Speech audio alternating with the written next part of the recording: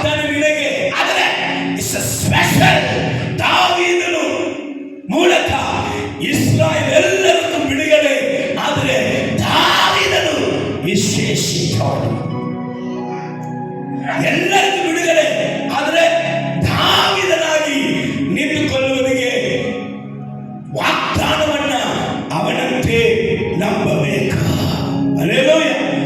ದೇವರ ವಾಕ್ಯವನ್ನ ಅವನಂತೆ ನಂಬುವಾಗ ನೀನು ನಾನು ಜನಾಂಗಗಳಲ್ಲಿ ಒಬ್ಬರಾಗಲ್ಲ, ಅಭಿಷಕ್ತನಂತೆ ದಾವೀದ ಹಾಗೆ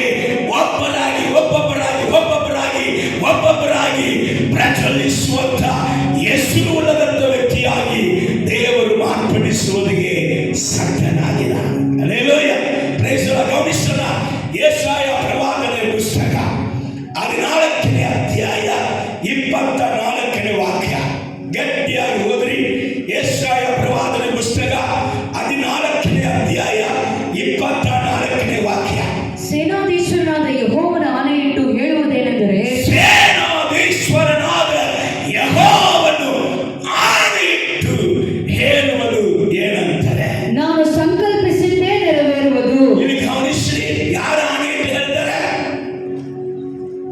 ನೀವು ಉಮ್ಮಂಗ ಕೂತ್ಕೊಳ್ಳೋದಕ್ಕಲ್ಲ, ಒಳಗಡೆ ಸೇನಾಧೀಶ್ವರನು ನನ್ನ ಅಪ್ಪ ಆಣೆಯಿಟ್ಟು ಹೇಳುವುದಂದ್ರೆ ಒಳಗಡೆ ಒಂದು ಕಪ್ಪಂತ ಒಂದು ಬೆಂಕಿ ಕಮಾರಂತ ಬರಬೇಕು.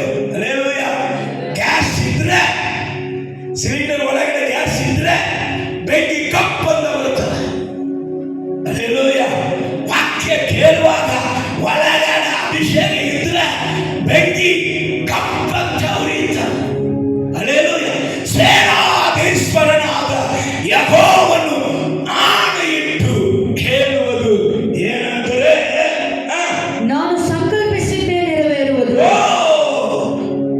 ದೇವರ ಮಗನೇ, ಹೌಸ್ ಆಫ್ ಪ್ರೇಯರ್ ಸಭೆ, ಎಲ್ಲ ದೇವ ಸಭೆಗಳಲ್ಲಿ ಸೇನಾಧೀಶ್ವರನಾದ ಯೆಹೋವನು ಹೇಳುತ್ತಾನೆ, ನಾನು ಸಂಕಲ್ಪಿಸಿದೆ ನೆರವೇರುವುದು.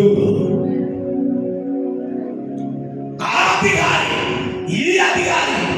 ಇವನು ಅವನ ಕಾರ್ಯಗಳನ್ನು ನೆರವೇರುವುದಿಲ್ಲ. ಸೇನಾಧೀಶ್ವರನಾದ ಯೆಹೋವನು ಆಣೆಯಿಟ್ಟು ಹೇಳುತ್ತಾನೆ, ನಾನು ಏನು ನಡೆಯಬೇಕೆಂಬುದಾಗಿ ಸಂಕಲ್ಪಿಸಿದೇನೋ ಅದುವೇ ನಡೆಯುತ್ತೆ. ಹಲ್ಲೆಲೂಯಾ. ಸೊ ಕವಿಯಲ್ಲಿ ಅದರ ಇರತ್ತೆ ಹೇಳುತ್ತದೆ, ನಾನು ನೆನೆಸಿದ ಪ್ರಕಾರವೇ ನಡೆಯುವುದು. ಹಲ್ಲೆಲೂಯಾ. ಅವನಿವನು ನೆನೆಸಿದಲ್ಲ ನಡೆಯುವುದಿಲ್ಲ. ಮನುಷ್ಯನು ಹುಲ್ಲಿನ ಹೂವಿನಂತೆವ. ಎಷ್ಟು ತನ್ನ ಅವನು ಬಲಪಡಿಸಿಕೊಂಡಿದ್ದನು, ಎಷ್ಟು ತನ್ನ ಕುರಿತಾಗಿ ಗರ್ವದಿಂದ ಮಾತಾಡಿಕೊಂಡಿದ್ದನು. ದೇವರ ಮುಂದೆ ಪ್ರತಿಯೊಂದು ಮನುಷ್ಯನು ಎಂತ ದೊಡ್ಡ ಅಧಿಕಾರಿಯಾಗಿದ್ದನು ಮನ್ನವ. ಅವನ ಅಗಲೊತ್ತಲ್ಲಿ ಬಂದು ಸಂಜೆ ಸಮಯದಲ್ಲಿ ಉದುರು ಹೋಗುವಂತ ಹೂವಿನಂತೆ ಇರ್ತಾನೆ.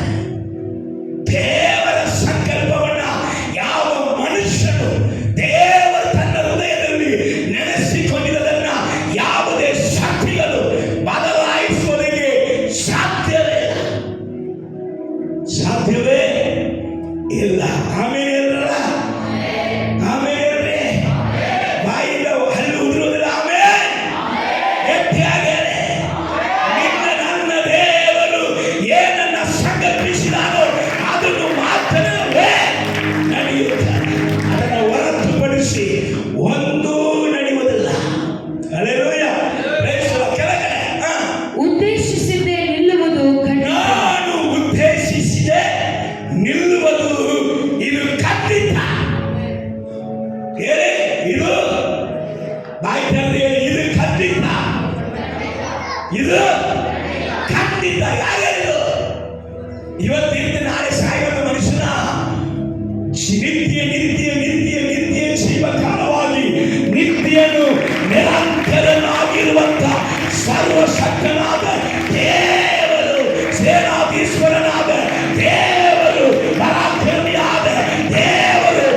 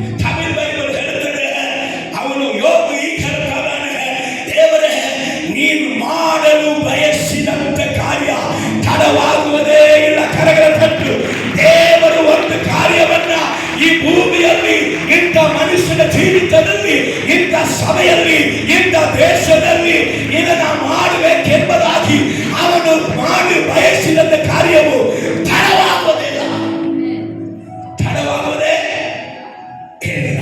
ಹಲ್ಲೆಲೂಯಾ, ದೊಡ್ಡ ಸಂದೇಶ. ಆದರೆ ಇದನ್ನ ಇದು ಇಡೀ ದೇಶಕ್ಕೆ ಉಂಟಾಗಿರುವಂತ ಸಂದೇಶ. ಭಾರತ ದೇಶಕ್ಕೆ ಉಜ್ಜೀವನ ಕಾಲ.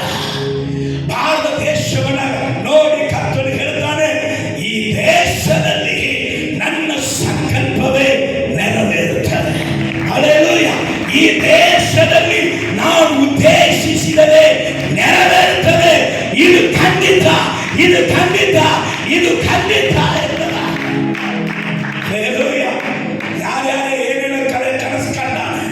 Hallelujah, praise the lord. ಬೆಕ್ಕು ಕಣ್ಣು ಮುಚ್ಚಿದ್ರೆ ಲೋಕವೇ ಕತ್ತಲೆ ಆಯ್ತಂದ ಹೇಳ್ತದಂತೆ ಬೆಕ್ಕು ಅದು. ಹಲ್ಲೆಲೂಯಾ, ಸರ್ವಶಕ್ತನಾದ ದೇವರ ಮುಂದೆ ನಿಲ್ಲಕ್ಕೆ ಸಾಧ್ಯನಾ? ಹಲ್ಲೆಲೂಯಾ, ಸ್ತೋತ್ರ. ಇಲ್ಲಿ ಕರ್ತನು ನಮ್ಮ ವಿಷಯದಲ್ಲಿ ದೇವರು ನಮಗೆ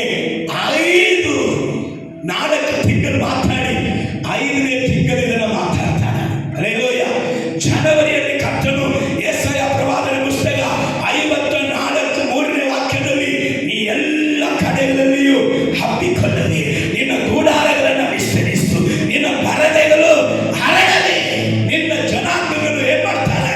ಜನಾಂಗಗಳನ್ನ ವಶ ಮಾಡಿಕೊಂಡು ಹಾಳು ಬಿದ್ದ ಪಟ್ಟಣಗಳನ್ನ ಜನಭರಿತವಾದ ಪಟ್ಟಣಗಳಾಗಿ ಬದಲಾಯಿಸುತ್ತಾರೆ. ಹಲ್ಲೆಲೂಯಾ. ಸೊ ಫೆಬ್ರವರಿ ತಿಂಗಳಲ್ಲಿ ಕರ್ತನು ನಮ್ಮ ಸಂಗಡ ಮಾತಾಡುವಾಗ ಯೆಶಾಯ ಪ್ರವಾದನೆ ಪುಸ್ತಕ 41ನೇ ಅಧ್ಯಾಯ 16ನೇ ವಾಕ್ಯದಲ್ಲಿ ಕರ್ತನು 2ನೇ ಭಾಗದಲ್ಲಿ ಹೇಳಿದನು, ನೀನಂತೂ ನಿನ್ನ ಯೆಹೋವನಲ್ಲಿ ಆನಂದಿಸುವಿ, ನೀನಂತೂ ನಿನ್ನ ಯೆಹೋವನಲ್ಲಿ ಎಚ್ಚರಪಡಿ. ನಿನಗೆ ಸೋಲಿಲ್ಲ, ನಿನಗೆ ದುಃಖ ಇಲ್ಲ, ನಿನಗೆ ವೇದನೆ ಅಲ್ಲ, ನೀನು ಆನಂದಿಸಬೇಕು. ನೀನು ನಿನ್ನ ಯೆಹೋವನ ಮಾಡುವಂತ ಕಾರ್ಯಗಳನ್ನ ನೋಡಿ ನೋಡಿ ನೋಡಿ ನಿನ್ನ ಕರ್ತನಲ್ಲಿ ನೀನು ಎಚ್ಚರ ಬರಬೇಕು ಎಂಬುದಾಗಿ ಕರ್ತನು ಹೇಳಿದನು. ಮಾರ್ಚ್ ತಿಂಗಳು 2 ಅರಸರು 18ನೇ ಅಧ್ಯಾಯ 7ನೇ ವಾಕ್ಯದಲ್ಲಿ ಕರ್ತನು ಹೇಳಿದನು, ಯಾವ ಕಡೆಗೆ ನಾನು ನಿನ್ನ ಸಂಗಡ ಇರುವೆನು, ನಾನು ನಿನ್ನ ಸಂಗಡ ಇದ್ದು ನೀನು ಯಾವ ಕಡೆಗೆ ಹೋಗಿದರೂ ನಾನು ನಿನ್ನ ಸಂಗಡ ಇದ್ದು ನಿನ್ನ ಎಲ್ಲ ಕಾರ್ಯಗಳನ್ನ ಸಬಲ ಮಾಡುವೆನು, ನಿನ್ನ ಎಲ್ಲ ಕಾರ್ಯಗಳನ್ನ ಜಯವಾಗಿ ಮಾಡುವೆನು ಎಂಬುದಾಗಿ ದೇವರು ಮಾರ್ಚ್ ತಿಂಗಳಲ್ಲಿ ಮಾತಾಡಿದರು. ಏಪ್ರಿಲ್ ತಿಂಗಳಲ್ಲಿ ಅಪ್ಪ ಮಾತಾಡಿದರು. ಕೀರ್ತನೆ 20ನೇ ಅಧ್ಯಾಯ 8ನೇ ವಾಕ್ಯದಲ್ಲಿ ದೇವರು ಹೇಳಿದರು, ನಾವಾದರೂ ಎದ್ದು ನಿಂತಿದ್ದೇವೆ. ಅಲ್ಲಿಯ ಕರೆಗಳ ತಟ್ಟು, ನಾವಾದರೂ ಇದು ಕರ್ತನು ನಮ್ಮ ಸಂಗಡ ಮಾಡಿಕೊಟ್ಟಂತ ಆತನ ಸಂಕಲ್ಪವೇ. ಇದುವೇ ನಮ್ಮ ಭಾರತ ದೇಶದಲ್ಲಿ ಮಾತನಾಡದೆ ನಮ್ಮ ಸಭೆಗಳಲ್ಲಿ, ದೇವ ಮಕ್ಕಳ ಸಭೆಗಳಲ್ಲಿ ಕರ್ತನನ್ನ ಮನಸಾರ ಹುಡುಕುವಂತ ಅದು ಸತ್ಯದ ಜೀವಿತದಲ್ಲಿ ದೇವರು ಇದೇ ಸಂಕಲ್ಪವನ್ನ ನೆರವೇರಿಸುವುದು ಖಂಡಿತ ಖಂಡಿತ ಖಂಡಿತ. ಸೊ ದೇಶದ ಮೇಲೆ ಬರಲಿಕ್ಕಿರುವಂತ ಪ್ರವಾದನೆಯನ್ನ ಓದಿ ಮುಗಿಸಿಬಿಡುತ್ತೇನೆ. ಓದನ. ಅದೇ ಯೆಶಾಯ ಪ್ರವಾದನೆ ಪುಸ್ತಕ 14ನೇ ಅಧ್ಯಾಯದಲ್ಲಿ 25ನೇ ವಾಕ್ಯದಿಂದ 27ನೇ ವಾಕ್ಯ ತನಕ ಓದಿ ಮುಗಿಸಿಬಿಡೋಣ. ಓದೋಣ. ಅಶೂರ್ಯರನ್ನು ನನ್ನ ದೇಶದಲ್ಲಿ ಮುರಿದು, ಇಲ್ಲಿ ಗಮನಿಸಿ, ಎಲ್ಲಿ ಮುರಿದು ನನ್ನ ದೇಶದಲ್ಲಿ ಅಸೂರಿಯರು ಸರಿ, ತಮಿಳಲ್ಲಿ ಅಸಿರಿಯರು, ಕನ್ನಡದಲ್ಲಿ ಅಸೂರಿಯರು, ಇವರನ್ನ ದೇಶದಲ್ಲಿ ಮುರಿದು. ಈ ಅಸೂರಿಯರು ಯಾರು ಗೊತ್ತಾ?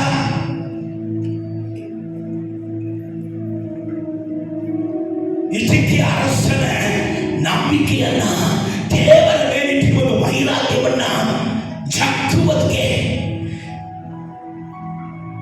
ಎಂತ ಒಂದು ಕಾರ್ಯದಲ್ಲಿ ನಿನ್ನ ದೇವರ ಮೇಲೆ ಇಷ್ಟು ನಂಬಿಕೆ ಇದೆ. ಅಸುರರು ನಾವು ಎಷ್ಟು ಬಲಿಷ್ಠರು, ಎಷ್ಟು ದೇಶಗಳನ್ನ ಹಾಳು ಮಾಡಿದವು ಎಂಬುದಾಗಿ ರಫ್ಸಾಕೆ ಎಂಬುದಾಗಿ ತಮಿಳಲ್ಲಿ ಹೇಳುತ್ತದೆ. ಅವನು ಬಂದು ಏನ್ ಮಾಡ್ತಾ ಇದ್ದಾನೆ? ಇಬ್ರಾಯ ಭಾಷೆಯಲ್ಲಿ ಯುದ್ಧ ವೀರರನ್ನ, ಅವರ ಹೃದಯಗಳನ್ನ ಮುರಿದು ಹೋಗುವಂತ ರೀತಿ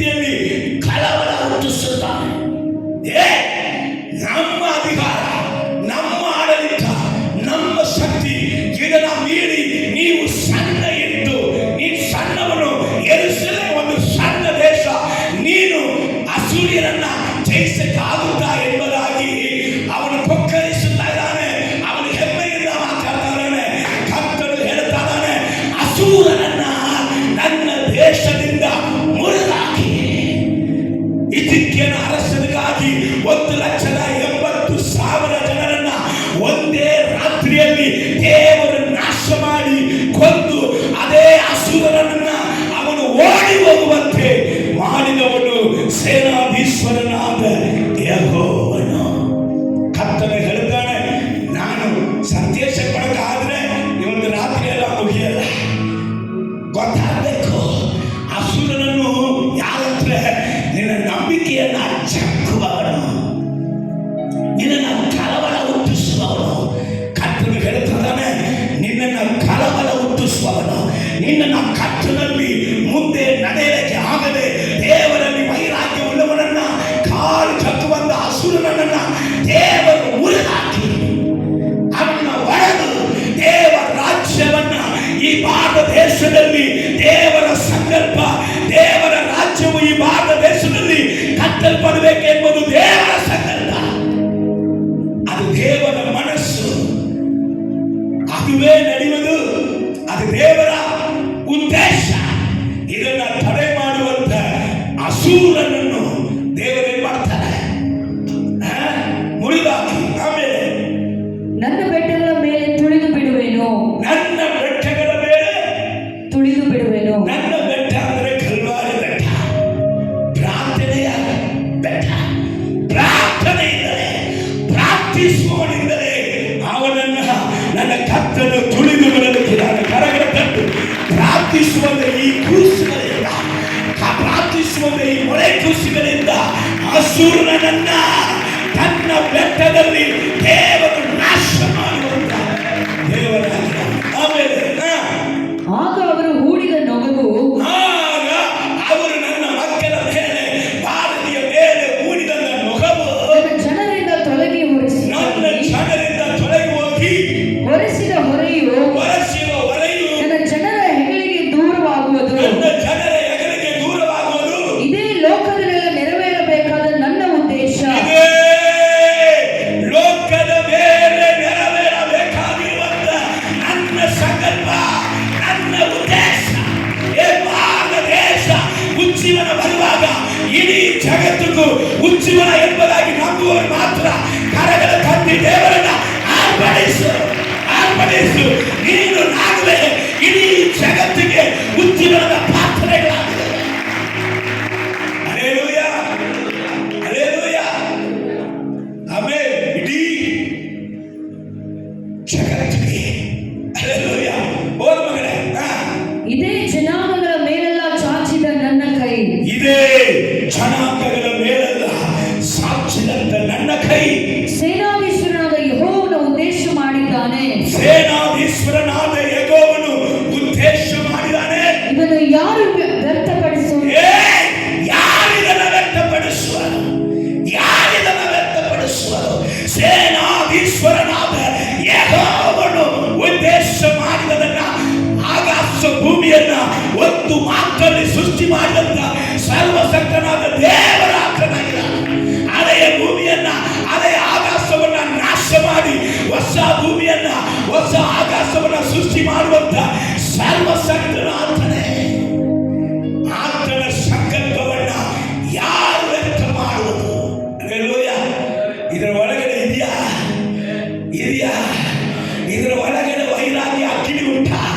ಇದರ ಒಳಗಡೆ ನಾನೇ ಕರ್ತರು ನಾನು ಉಪಯೋಗಪಡಿಸುವಂತ ಉಜ್ಜೀವನದ ಪಾತ್ರೆ ನಾನೇ ಎಂಬುದಾದ ವೈರಾಗ್ಯದ ಬೆಂಕಿ ಇದರ ಒಳಗೆ ಉಂಟ. ಹಲ್ಲೆಲೂಯಾ. ನನ್ನ ಕರ್ತನ ಸತ್ಯವನ್ನು ಕೇಳು. ಲೋಕದಲ್ಲಿ ಏನು ನಡೆಯಲಿಕ್ಕಿದೆ ಅಪ್ಪ ಮಾತಾಡ್ತಾರೆ. ಈ ದಿನಮಾನಗಳಲ್ಲಿ ದೇವರ ಸಂಕಲ್ಪ ಏನು ಅಪ್ಪ ಮಾತಾಡ್ತಾರೆ. ಮುಂದಿನ ಯುಗದಲ್ಲಿ, ಮುಂದಿನ ದಿನಗಳಲ್ಲಿ ಏನ್ ನಡೆಯಲಿಕ್ಕಿದೆ ಅಪ್ಪ ಮಾತಾಡ್ತಾರೆ. ತನ್ನ ಹೃದಯವನ್ನು ತೆರೆದು ತನ್ನ ಸಭೆಯಲ್ಲಿ ಕರ್ತನು ಹೇಳ್ತಾರೆ, ನನ್ನ ಸಂಕಲ್ಪವು ಏನಂತ ಕೇಳು. ಸಣ್ಣ ಸಭೆ ತಟ್ಟಿ ಎಬ್ಬಿಸಿ ಕೇಳಪ್ಪ, ನನ್ನ ಹತ್ರ ಮಾತಾಡು. ಏನಿ ಬೆಟ್ಟೋಸಿದ ಅಪ್ಪ ಹಿರಿಯ ಯಾಚಕನ ಬೇಡ, ನನಗೆ ಸಣ್ಣವನೇ ನೀನ್ ಬೇಕು. ನನ್ನಲ್ಲಿ ಭಯಭಕ್ತಿಗಳವನಾಗಿ ನನ್ನನ್ನು ಬಯಸುವಂತ ವ್ಯಕ್ತಿ ಬೇಕು ನನಗೆ. ಲೋಕವು ನಿನ್ನನ್ನು ಸಾಮಾನ್ಯವಾಗಿ ನೋಡಬಹುದು, ನಾನು ನಿನ್ನನ್ನು ಸಾಮಾನ್ಯವಾಗಿ ನೋಡುವುದನ್ನ ಕರಗಳ ತಟ್ಟಿ, ಕರಗಳ ತಟ್ಟಿ. ಹಲ್ಲೆಲೂಯಾ. ಓದ್ ಮಗಳೇ, ಆತನ ಕೈ ಚಾಚಿದೆ, ಆತನ ಕೈ ಸಾಚಿದೆ. ಹಿಂದಕ್ಕೆ ತಳ್ಳುವವರು ಯಾರು? ಹಿಂದಕ್ಕೆ ತಳ್ಳುವವರು ಯಾರು? ಮುಗಿತಾ? ದೇವ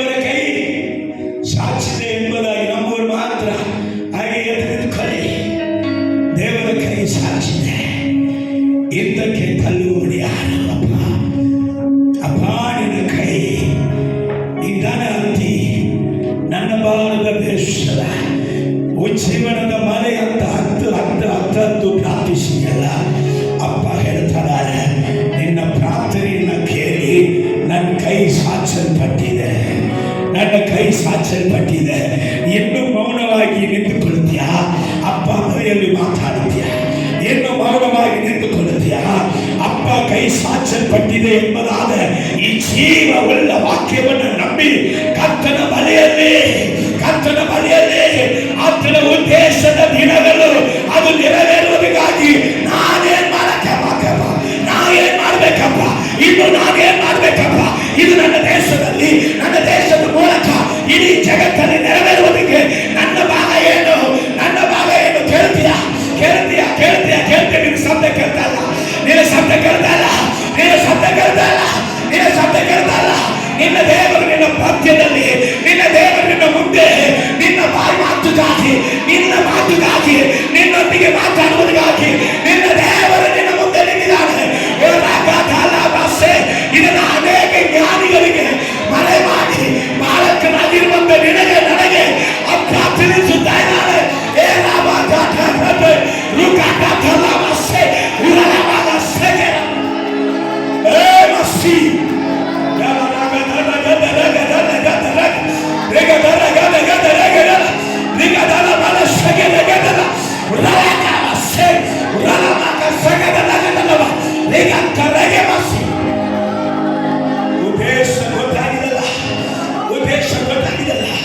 ಉದ್ದೇಶಕ್ಕಾಗಿ ನೀನೇನ್ ಮಾಡಲಿಕ್ಕಿದೆ?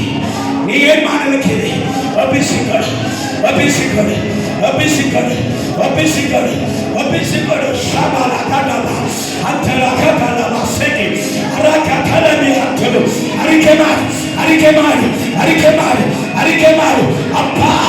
ಅಪ್ಪ ನಿನ್ನ ಮಾತು ಕಾಯ್ತಾರೆ. ಅಪ್ಪ ಕೃಪೆಯನ್ನ ಕಳ್ಕೊಳ್ಳೋದು ಬರ್ರಿ.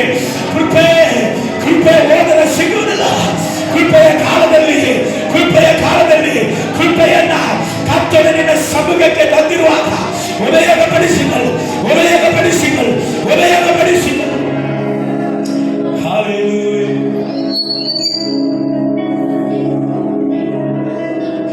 Lama shakala hantala kashekete. Thank you, Jesus. Rupantra Godisaya